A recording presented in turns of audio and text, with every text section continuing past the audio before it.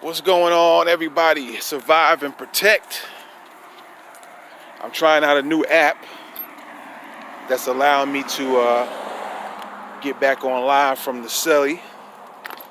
And right before I started hitting the record button, something came to mind. It's something that I normally do. I don't do it every second, every millisecond, but casually,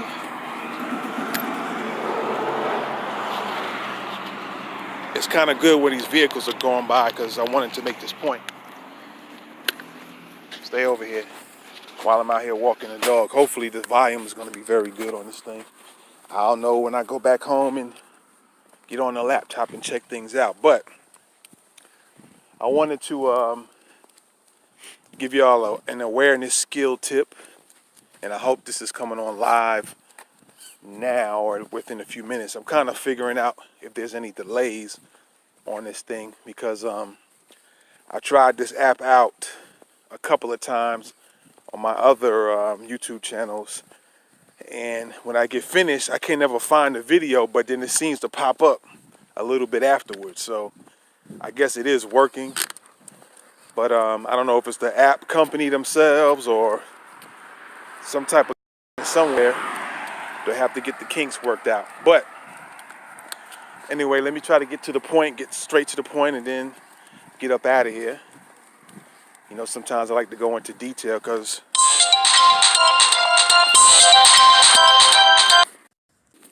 awareness skills tip. All right, this is a personal protection skill to develop. Now, normally when I go walking, like I'm walking the dog now, and anywhere I go, it doesn't have to be me walking the dog. It can be going out somewhere. You can go to an amusement park, you can go to a park, you can go to a restaurant, a concert, anything.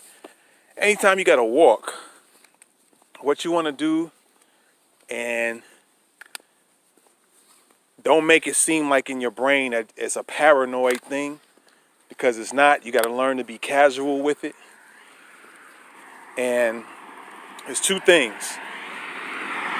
One is dealing with, as you see there, a car just went by, so, or vehicle, any type of vehicle. One is dealing with being aware when vehicles come by, drive by. Here comes another one, right? Another vehicle. My dog is focusing on a squirrel right now, so he's about to try to get it. And there he goes. All right, good thing I keep him on the leash. He'll be out here all night looking for all types of stuff. But one is a vehicle, any vehicles going by, and the other is people walking past you. And what you want to do, and I kind of thought about this because the situation where there's people who have been getting shot at times when they're walking, sometimes at gas stations, and some people have gotten shot. What's going on? Somebody's in the room. Oh, who's this? Come on, man. Go ahead, ask me a question. Go ahead. I'm not even gonna say your name. You can do that, but go ahead and ask a question, man. Oh, I guess he left. Cool. Anyway, y'all see the name on the screen. You can have that, homeboy or girl. But one thing is when somebody's walking by, or people walking by, if you go into the store, Walmart, whatever, Publix, whatever, in the cars. And one thing you want to focus on with people just passing you back and forth in different directions is casually be aware of what the hands are doing. All right? Especially when someone begins that your mind or your eyes pick up and focus on a particular person due to their actions. A celebrity's bodyguard, if someone has been in the special forces, can be a bodyguard. How can someone become a celebrity's bodyguard if someone has been in the special forces can be a bodyguard? How does it work? If you're in the special forces, you probably will have people you know, either retired or currently doing it. You have connections anyway. Number one, you have those connections. So that's one way to kind of get in. Special Forces has certain types of training that they can definitely use. And then it's a matter of just putting yourself out there. Number one is getting those connections and networking, getting around people, because some people know people and know people and know people, and you just get around those connections. Find out if there's celebrities who is wanting or in need of that. So a lot of it is just networking. And again, if you are special forces, unless you just like one of them, I would assume, I don't know what they would call them, but just in the streets, I'll be PG-13 with it. If you're just a butthead, if you're one of them butthead types, then of course you're gonna have to do a lot of work networking. But if not, you'll talk to one of your, people that you're in the special forces with and connect, and maybe one of them, somebody knows of somebody that's doing it. Either they're retired or they currently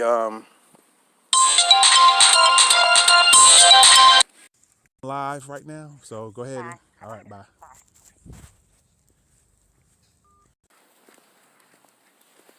I guess it's still recording. It's a trip. I'm gonna find out something. How about president security or like high-level people security? Do you have to go through police to be a bodyguard for somebody? How about president security? Well, I don't think you're gonna be able to be a president security just coming off the street. And the president security has always been the Secret Service, so I highly doubt, as far as I know of, I never heard of somebody coming off the street.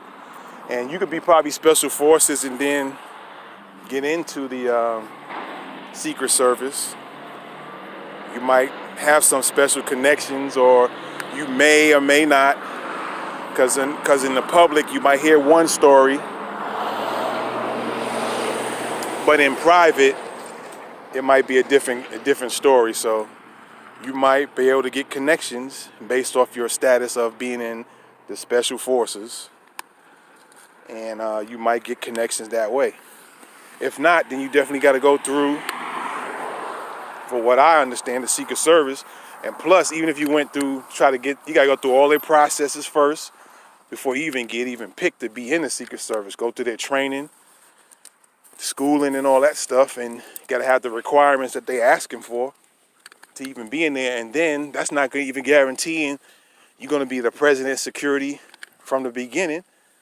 You're going to be, a lot of times what I understand, they'll put you like an investigative or inside before you even get to become security for the president.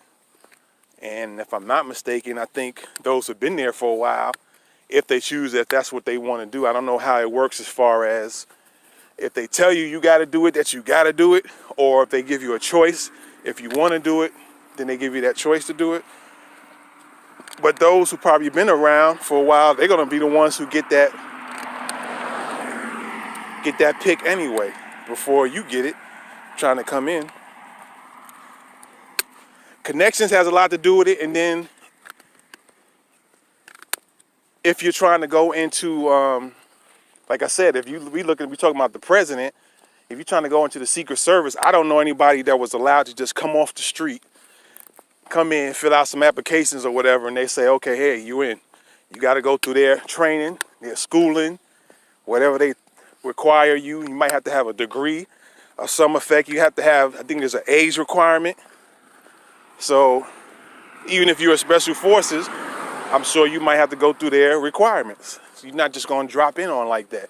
Now, as far as bodyguards, celebrities, it's like you're an entrepreneur at the same time. So you kind of go into the entrepreneur route, but I'm sure that the celebrities are going to know some people, or they're going to know themselves personally the information and the things they're looking for in a bodyguard anyway. So they're going to check you out and check out, you know, what's your track record and what your job performance is.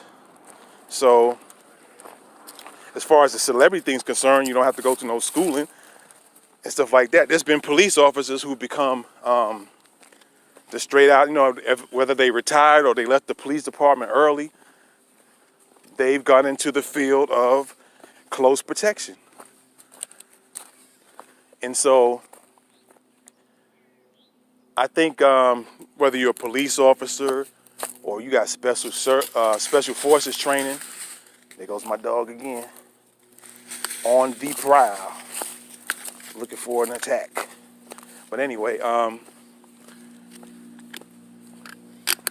police work kind of helps if you are a police officer or have some type of training. Even if you didn't, you still could become, you know, take up. They got classes for that too. Bodyguard classes, $400 or $500. Some courses are $1,000. Some are $2,500. Just depend on who you look up and go with. You got to research that. There's some schools that's better than others. But not everybody is a police officer that became a bodyguard. Some people are just maybe just college students, and that's what they wanted to go into. So they went and took those courses. That's not, as far as that's concerned with celebrities, that's not a requirement. But the celebrity themselves might say, well, nah, you don't have this. You ain't been a police officer, or you never been in the military, or you never been special forces. Now, I don't want you. But if you've done some type of work and you got people that can vouch for you, then that word spreads. Come on. And that word spreads around, and so sometimes it's word of mouth that actually help you get a lot of gigs, so to speak. I'm using the word gigs, but get you some work as far as personal close protection. So,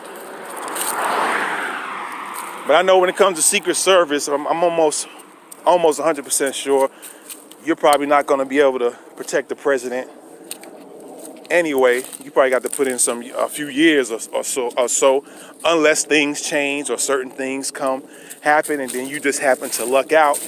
Like, for instance, maybe there's a lot of people retiring and they're going to need some new folks to put them in training to learn how to protect the president, and you might just luck out that time, and you might come in at a good time and you luck out, and then that's how you end up getting that gig with the president. So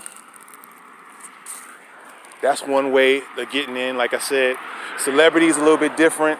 You don't have to be any of those things. You can just go and get the training, go to one of those popular schools and qualified schools of close protection, and then come out and start putting out, start promoting yourself. A lot of it is promotion.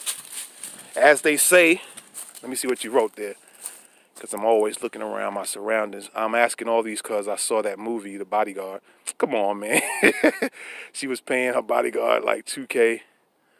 Yeah, well, that's a movie. What I could tell you about movies, if you hadn't noticed yourself, type of movies like that, like the movie Taken and The Equalizer, they put a lot of truths in there too.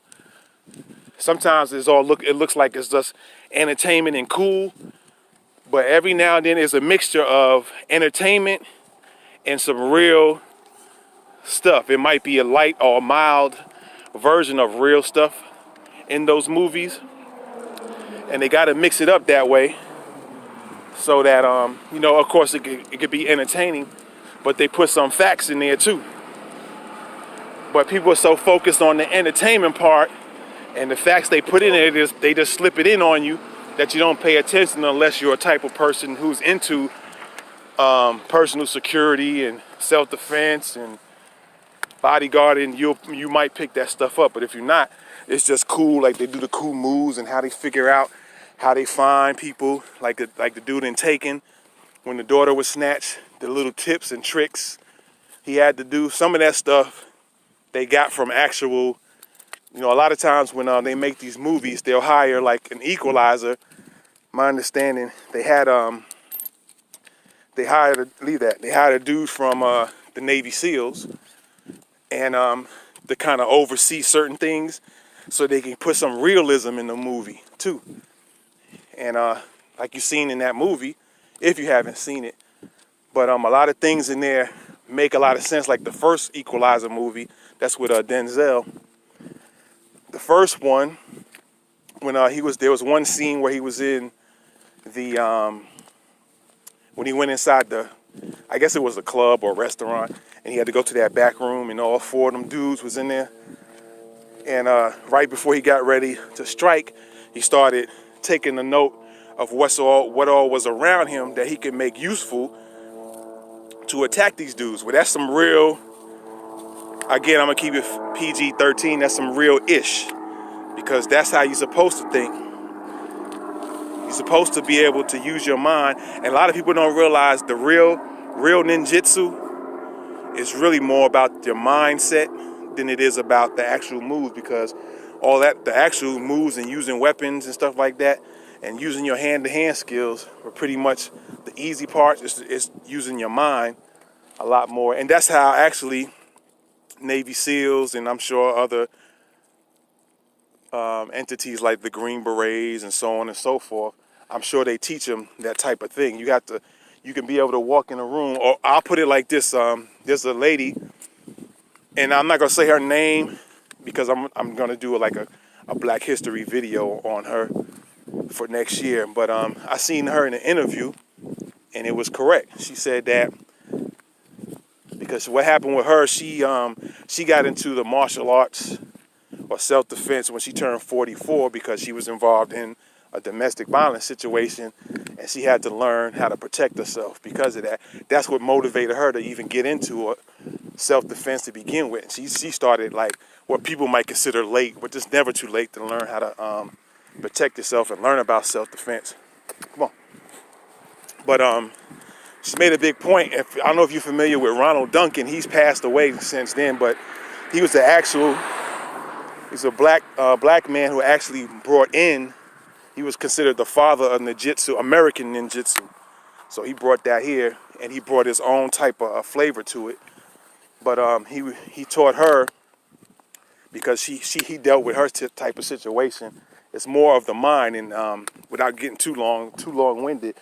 In an interview, she mentioned it was a girl interviewing her, and she said you can put her like in a room or a building, and by herself, and somebody was coming after her, or a few somebodies, and she had to get out that building, and if that's the only way of her getting out to safety, she's going to get out. She's going to engage her mind. And what she said she meant by that is she's going to see everything around her that's available to her use to help her escape. And that's what the real ninjutsu is about. Not that old Power Ranger type ninjutsu stuff. But that's what the real ninjutsu stuff is about. And a lot of those practices and those mindsets are practiced by special forces. Like I said, you got to learn, and I would say also CIA agents as well. It's like 2 or 3 things that when it comes to CIA agents, they might teach you or tell you about. Is awareness. Your awareness skills will always be aware of your surroundings, and your skills and information. Look at those 3 right there to help them survive any situation they get in. And the mindset with them, and I think the Navy SEALs, listening to retired Navy SEALs, because I think there's no such thing to them as former Navy SEALs. I think they all believe or say that there'll never be a former, they're always a Navy SEAL. It's just that they're retired, no longer on duty or in duty working. But the mindset is always to be knowledgeable, know how to do a lot of things. So when certain things come up, you don't panic. Whether it's somebody passed out at a concert, you know how to come in and help because you know about medical stuff. If it came to a mass shooting or whatever, you know how to deal with that because you learned that, you trained that, you studied on how to deal with it. So that's the mindset right there. And you got to know what's available around you in case emergencies come up. All right, so that's how that goes. Let me see, you put anything else in there? In a fight between a highly skilled dude from the Navy SEALs or some shit and a professional martial art dude, who do you think?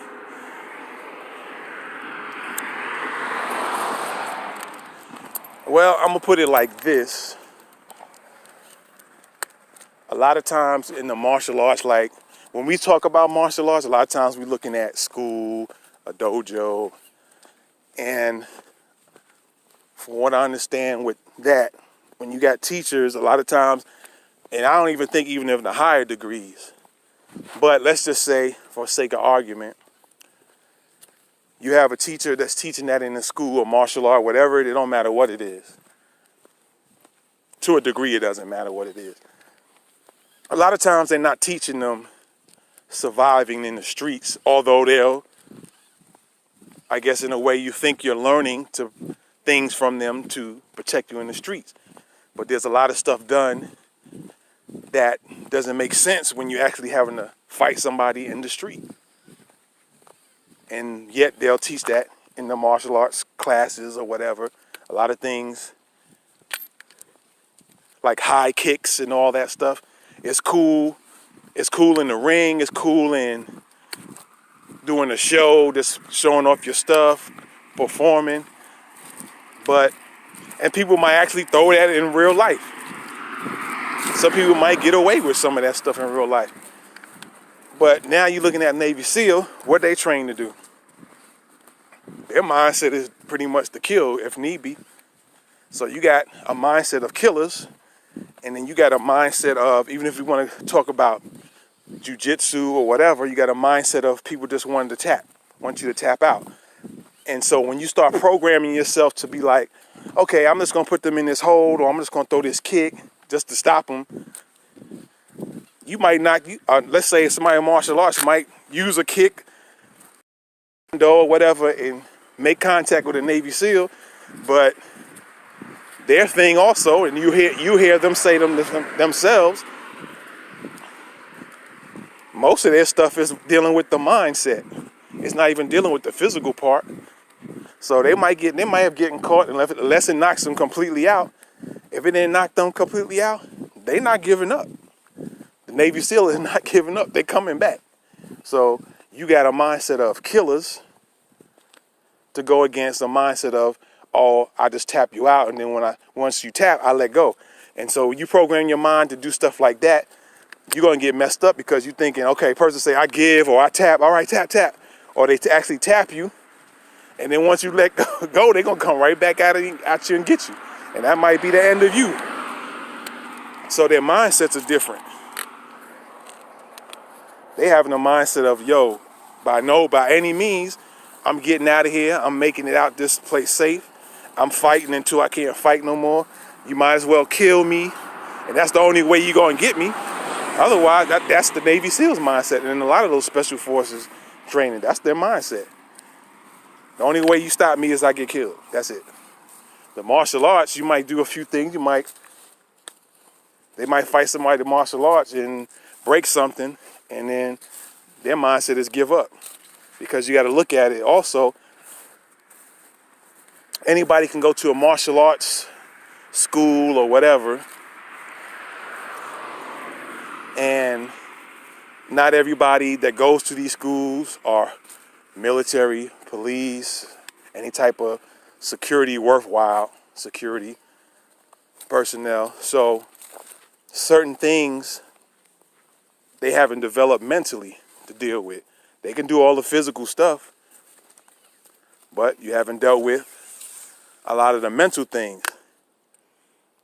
So it could be their first time getting into a real fight, and they're overwhelmed because just of, hey, this fighting seems different from when we was in the classroom, and that's the kicker right there. So I would just go with the Navy SEALs because of the mindset is different.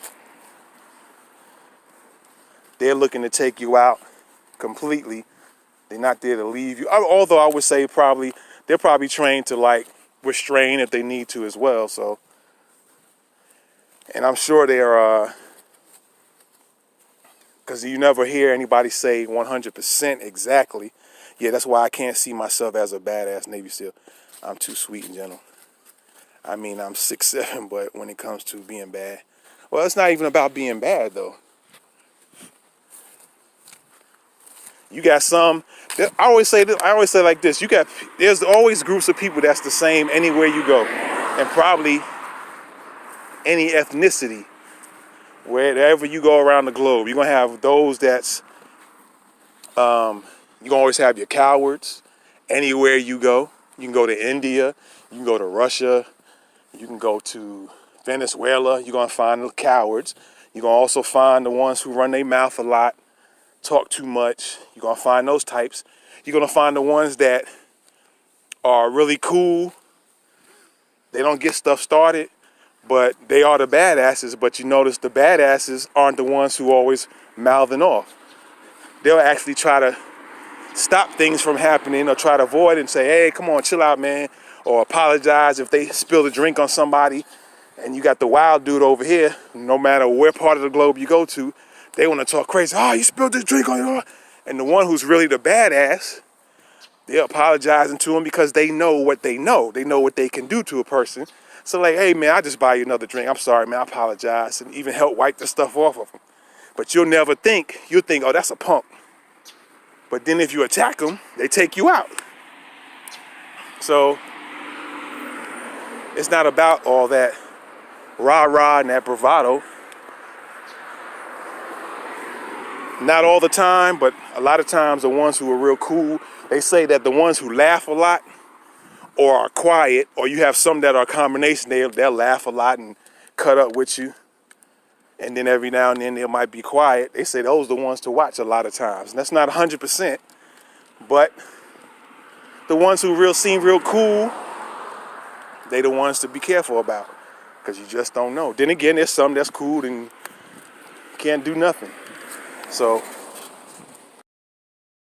remain calm as best you can. Everybody gets angry and stuff like that. And so that's just human nature. But the best way to be is level-headed through everything. Sometimes you get a little mad, sometimes you super cool.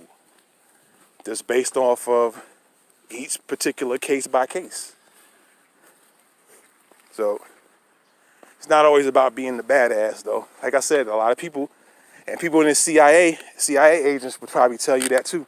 If you talk to them privately, they'll say a lot of the badasses are the ones who's quiet. They don't try to be rah-rah about everything.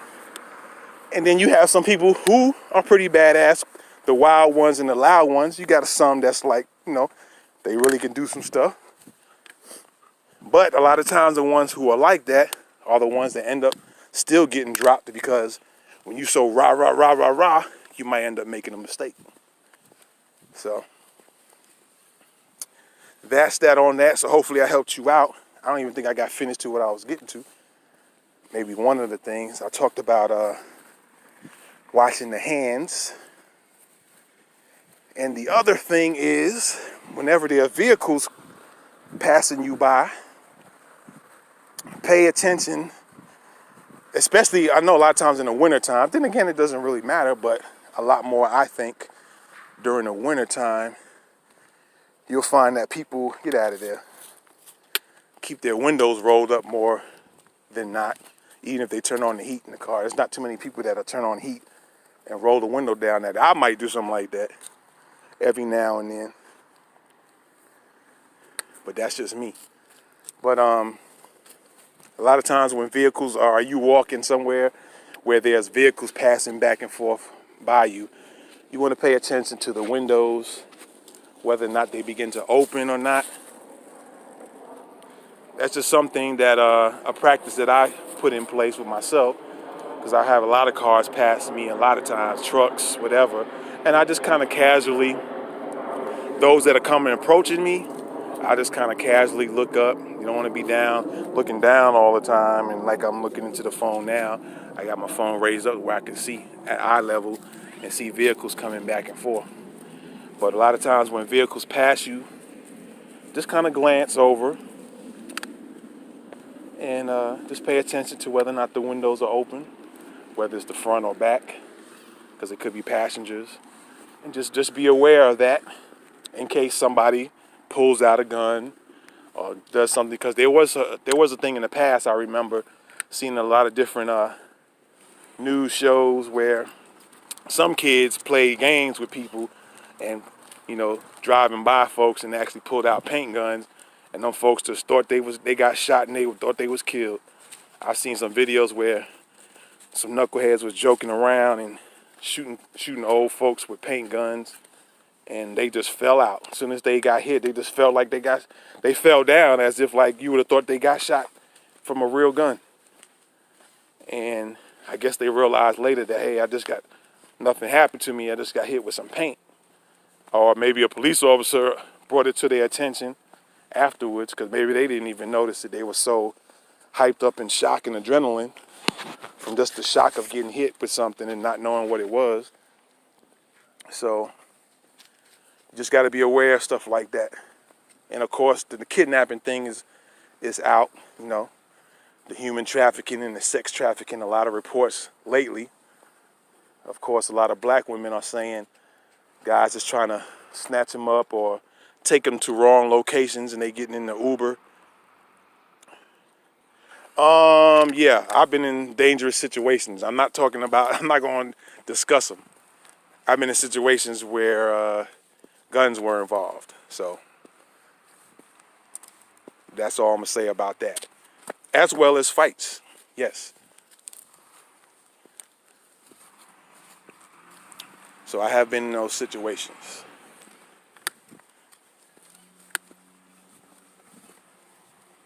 A lot of times.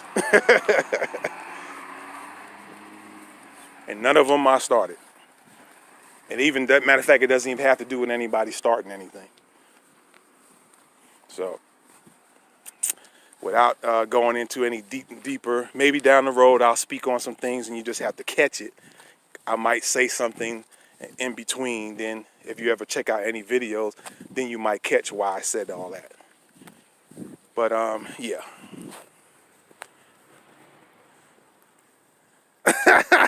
Yeah, either one, right? That's right. There you go. So yeah, it means either one. Either one. Well, I would say this. I have a course. I'm re-editing some videos that's gonna come out in January. You might start seeing some advertising on it, or if I could do some more live videos, I might talk about it as January 1 comes closer. And in this particular course, you actually get some more information on what I'm talking about. Put it that way, and then it'll kind of come clear to you, like, oh, that's what he was talking about. So you'll see it if you take the course. I'm not saying, hey, take the course to find out, but those who would take the course. I put it out before, then I took it down, and actually got 5 stars for it. The person who took the course, because you can rate the courses, and one person that took the course gave it a 5-star rating, and I took it down because I was trying to call myself doing some other stuff, and then when I realized the other stuff wasn't working, I said, nah, let me stop and then go back to how I had it to begin with and put this course back out. And so, yeah, in that particular course, I'll probably tell a little bit about myself before you get into the course. So if you take it, then you'll find out. If not, that's cool. I still put out some good videos here on YouTube. So either way, you're going to get good information from the courses or on YouTube. It's just that certain things in the course probably won't be on YouTube, or I might give small, tiny tidbits of something that could be in the courses that I create. I could put a small, tiny, but it'll be nothing compared to what would be in the course itself. So, but it's all good.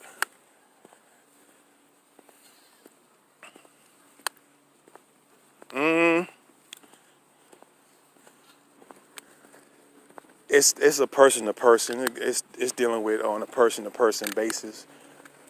Some people say it feels like somebody got hit with a sledgehammer. Some people said the pain was crazy the moment they got hit. So I guess it's just the person to person, yeah, because with anybody, adrenaline's gonna come up. The moment some trauma comes to you, your body, your brain is gonna signal all your organs and things inside of you to do certain things. So regardless of what happens, the adrenaline's gonna kick in. Your body's gonna do what it's supposed to do. But some people are just person to person basis. Some people say they didn't feel nothing until they finished and got to the hospital. And then when they started getting them meds, the pain started kicking in afterwards. But sometimes them medicines they give you at the hospitals get you so high that you don't even feel that stuff. Because I would look at, although I'm kind of skeptical about certain things, but you have certain people that get interviewed after being shot, and like literally the same day or a few hours, maybe they went into surgery, but then when they get interviewed, they talking as calm as like it's just another day, like they never got shot. And so I'm thinking maybe it's the medicine they put in their system so they don't even feel it. So it all depends. I know somebody, I didn't see him get shot, but I know of somebody he got killed though. And but they said those who were around him when he did get shot, he yelled out like, ah! So apparently it hurt real bad. They said he was screaming out really loud, so. And I guess he must have died not too long after that. So it's just person by person, man.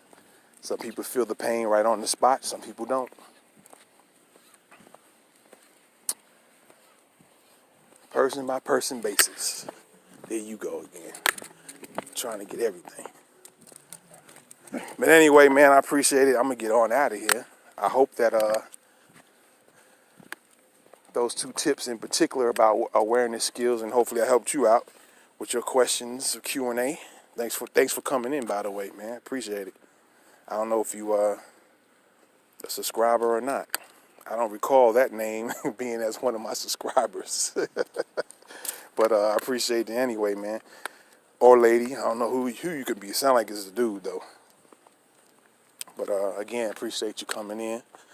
Now that I got this app, because my subscribers, because my understanding is in order to get on your phone and go live, because they changed it around, that you have to have like 1,000 subscribers, and I only have like 173. And I definitely appreciate all 173 people coming in. Apparently, I must be giving some good information that's helping folks out. And I want to take this time to definitely thank everybody who subscribed to this channel.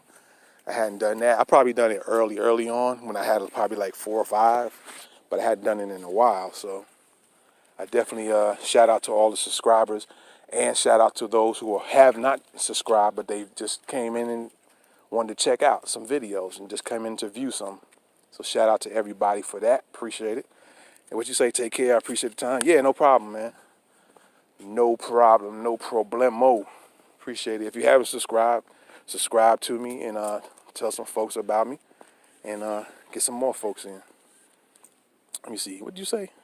PewDiePie started with 100 and he has 100 million.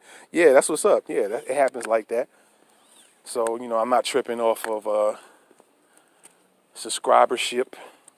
I just was saying that I came across, because I wanted to do live, and for a little while, YouTube made it available for everybody to go live on their phones, and then they changed it after a little while. It was a short period, because one day I just woke up, I can't remember, either earlier this year or last year, I just woke up and was going to use my phone, and I found out, oh, snap, I can go on live on my phone. I was amped up.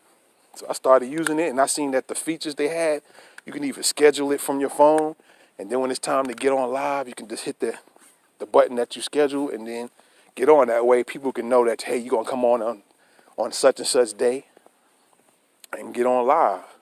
And so I was hyped about that. And then after a while, they like shut it down and said, man, you got to have 1,000 subscribers and X amount of views before you're allowed to get live on the YouTube. So I'm always doing research about a lot of things, not just self-defense and personal protection. And then I did some research and found out, oh, there's an app that you can get on live and you don't have to have 1,000 subscribers. So I said, oh, let me try this out. So I started playing with it a few days ago. And I said, yeah, this is good right here. Now I can get back on live with folks so they can, catch me live. And so there you have it. I'm going to put this thing on the screen real quick before I get out of here. I said I was going to do this. Let me see if I can pull it up. Hey, come over here, man. Let me see if I can pull it up real quick. Yeah, because my battery's going low, too. So before I get out of here, let me see if I can pull this thing up. Yeah, there we go. I think I can get it. Okay. All right, there we go. Yes. All right, so check this out. Let me stretch it out a little bit because I said I was going to start doing this. So, there we go. Let me try to make sure. Let me get it right now. So, come over here, man. Always trying to catch something. Get over here. Hold on, let me get this fixed.